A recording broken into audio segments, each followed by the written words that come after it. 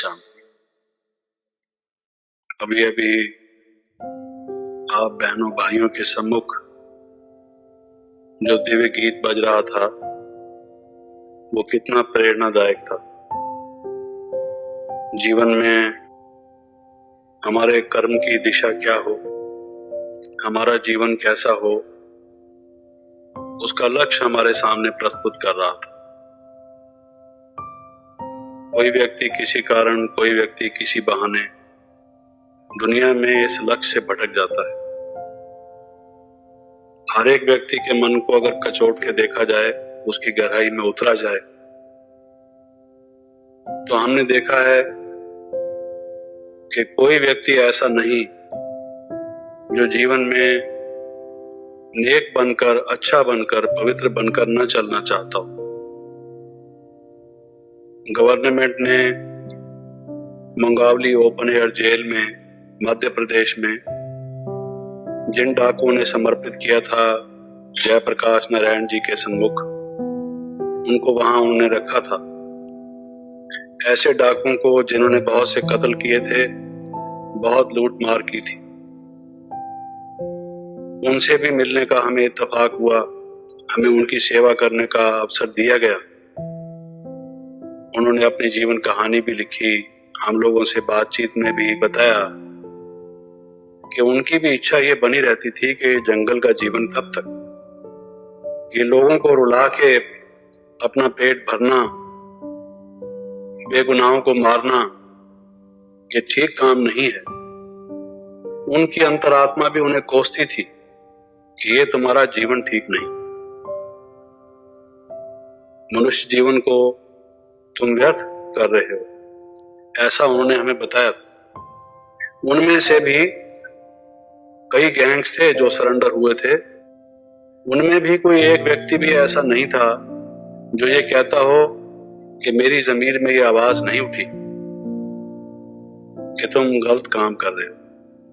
लेकिन हर कोई अपनी अपनी मजबूरियां सुनाता था कि हम डाकू बने कैसे। जैसे आपने वाल्मीकि की कहानी सुनी होगी, गलतफहमी में उसने ये सोच रखा था कि डाका डाल के अपने घर वालों का पालन पोषण करना है। और आपको मालूम है कि जो साधु उस रास्ते से गुजर रहे थे, उसको उसने बांध दिया था ये घर में जाके पूछने के लिए कि घर वाले उसके साथ शामिल होंगे कि नहीं जब उसके कर्मों की सजा उसको मिलेगी। तो वो किस निष्कर्ष पर पहुंचा था? घर वालों ने क्या कहा था कि आपने ये घर, ये कुटुंब रचा है, इसलिए आपका उत्तरदायित्व तो है कि हमारा भरण पोषण आप करने के निमित्त हैं, लेकिन हमने ये तो नहीं कहा कि तुम डाका डाल के हमें खिलाओ।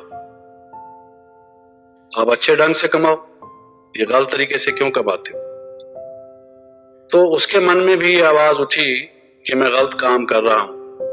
और जब उसके मन में ये संकल्प आया तो आप देखते हैं कि कितनी बड़ी एक रामायण उसने लिख ली। उसके अंदर कितनी शक्ति मन में थी, लेकिन वो दबी पड़ी थी। कितना बड़ा सुंदर कवि था वो, कितनी अच्छी कविता उसने लिखी। बाद में कितने लोगों ने उसको फॉलो करने की कोशिश की।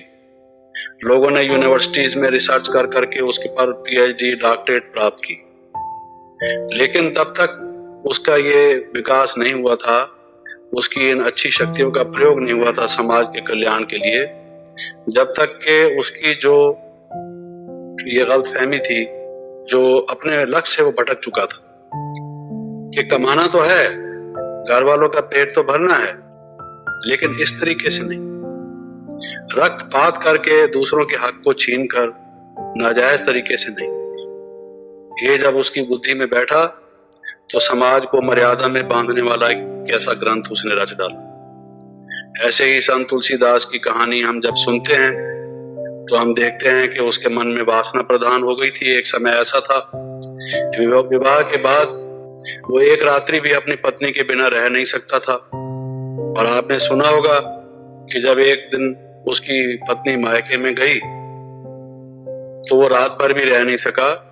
आधी रात को उठ के उसके मायके में गया, दरवाजा बंद था, खिड़की खुली थी, ऊपर की मंजिल में वो सोई हुई थी। कोई कहते हैं रस्सी पकड़कर, कोई कहते हैं सांप पकड़कर, चलो चाहे जैसा भी हो, वो ऊपर की मंजिल में चला गया, उस सोए हुए को जाके जगाया। डर गई वो कि कौन है, तो बोला मैं तुलसीदास हूं, डरने की बात नहीं। लेकिन उसको इतना सदमा पहुंचा कि मेरा पति यहाँ तक आके पहुंचा है, दरवाजा बंद है और ये खिड़की से अंदर कूद कर आया है। घर वालों को मालूम पड़ेगा तो इसका भी नाम बदनाम होगा, मेरा भी नाम बदनाम होगा। ये क्या करता है? तो उसने उसको कह दिया कि अगर इतनी प्रीति जो तुम्हारी मेरे देह में है, अगर यही राम से होती, यही भगवान से होती, तो तुलसीदास तुम कहां के कहां पहुंच जाते। और वो बात उसको स्पर्श कर गई, उसके मन को लग गई।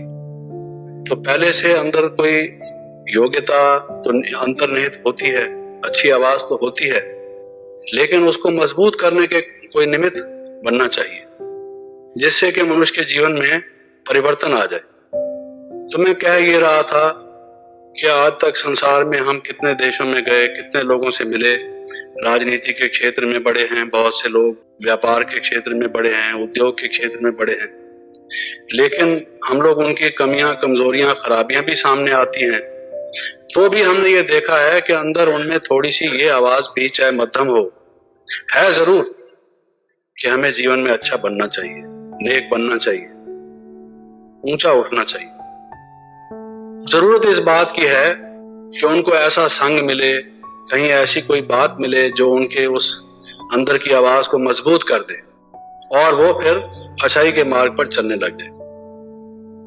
जैसे मैंने प्रारंभिक दिन जब यहाँ उद्घाटन समारोह हो रहा था, तब भी कहा था कि हर एक व्यक्ति चाहता है, आप देखिए लोग शांति पाठ करते हैं बैठकर, ओम शांति देव अंतरिक्षे ओम शांति पृथ्वी शांति रापा, शांति मंत्र का पाठ करते हैं। अवश्य ही उनके मन में शांति की इच्छा होती है, जब भी तो करते हैं।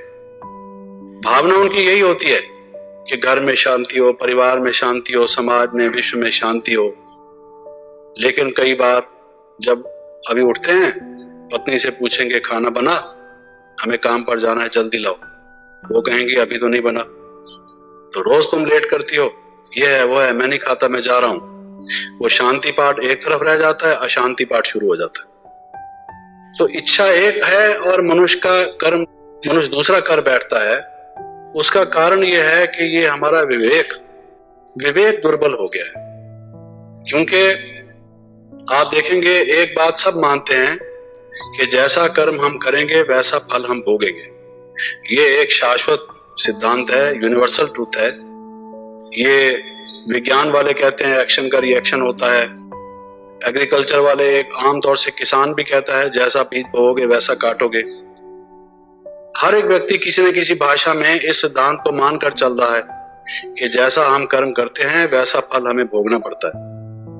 लेकिन अब सोचने की बात यह है कि ये भी मालूम है और कर्म हम अच्छा करना भी चाहते हैं, जैसे मैंने पहले कहा, लेकिन हमें ये आगे इसके बाद मालूम होना चाहिए कि हमारे जो कर्म हैं वो निर्भर करते हैं हमारे विचारों पर। कर्म करने से पहले मनुष्य के मन में संकल्प उठता है, विचार उठता है। मेरे पांव चलना शुरू तभी होंगे जब पहले मेरे को ये विचार आएगा कि यहां से मुझे फलां जगह जाना है। तो कर्मों को प्रेरित करने वाला, हमारे कर्मेंद्रियों से कर्म कराने वाला जो मूल शक्ति का स्रोत है वो है हमारा मन। तो जब तक मन ठीक नहीं होगा, कर्म ठीक कैसे होंगे जब फाउंडेशन उसकी वो है तो। और मन कैसे ठीक होगा? मैंने आपको बताया कि विचार दोनों तरफ के आते हैं, अच्छा भी विचार आता है, खराब भी विचार आता है। समाज का वातावरण इतना दूषित हो चुका है, लोग देखते हैं कि ये व्यक्ति बेईमानी से काम करके, अदला बदली करके, कई हथकंडे अपनाकर इसने कई कारें ले ली, कई नौकर रख लिए, कई भवन बना लिए, सोना चांदी इकट्ठा कर लिया, इसकी प्रतिष्ठा हो गई समाज में। जब व्यक्ति उसको देखता है कि ये तो पनप रहा है और मैं अच्छा नेक की बात कह के मैं पिछड़ गया हूं। लोग ये शब्द प्रयोग करते हैं, ये मेरा शब्द नहीं है, कहते हैं कि हम बैकवर्ड हो गए, हम पिछड़ गए। हम तो साइकिल पर जाते हैं अपने दफ्तर में और हमारे साथ का ये जो है, ये भी बाबूजी था, इसने अंडर द टेबल पैसे लेके लोगों से लेके अब अपना फ्लैट ले लिया डीडीए से, या जिसकी प्रदेश में जो कोई बना हुआ है ऐसा अधिकरण या संस्थान जो जमीन अलाट करता है, तो उससे लेके इसने भवन बना डाला और हमने सिर छिपाने की जगह कोई नहीं बनाई, हम तो वैसे के वैसे रह गए। तो लोग आमतौर से ये कह देते हैं कि हम तो पिछड़ गए और ये आदमी हमसे आगे निकल गया। तो संसार में मनुष्य के प्रलोभन है, उत्तेजना है, अनेक प्रकार की परीक्षाएं। जैसे गीत में कहा जा रहा था, ये जन्म तुम्हारा इम्तिहान है। हर वक्त हमारी परीक्षा हो रही है कि हम ये कर्म करें या ये कर्म करें। एक मित्र हमारे सामने आता है, उसके लड़के ने मर्डर कर लिया और कहता है जी आपने चलना है, आपने गवाही देनी है। ये लड़का तो उस दिन इस शहर में था ही नहीं, ये तो फलां शहर में मेरे फलां रिश्तेदार के पास गया हुआ था।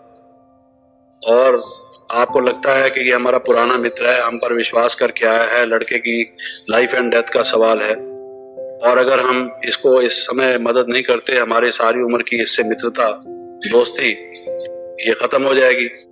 और अगर हम करते हैं तो झूठ बोले, हमें इस चीज का पता ही कुछ नहीं, हम कैसे झूठ बोले।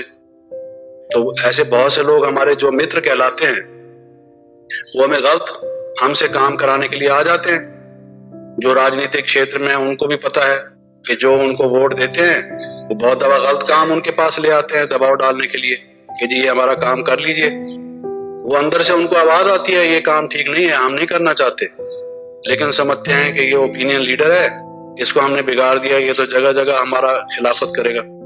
समस्या है मनुष्य के सामने, कोई उस समस्या से आगे नहीं झुकते, कहते हैं नहीं हम तो, हमारी क्लीन पॉलिटिक्स है, हमारी वैल्यू बेस्ड पॉलिटिक्स है, हम गलत काम नहीं करेंगे। नाराज होता है तो क्या है, हम आखिर असूल भी हमारे जीवन की कोई चीज है कि नहीं? आखिर लोगों को एक दिन मालूम पड़ जाएगा कि ये असूल का व्यक्ति है।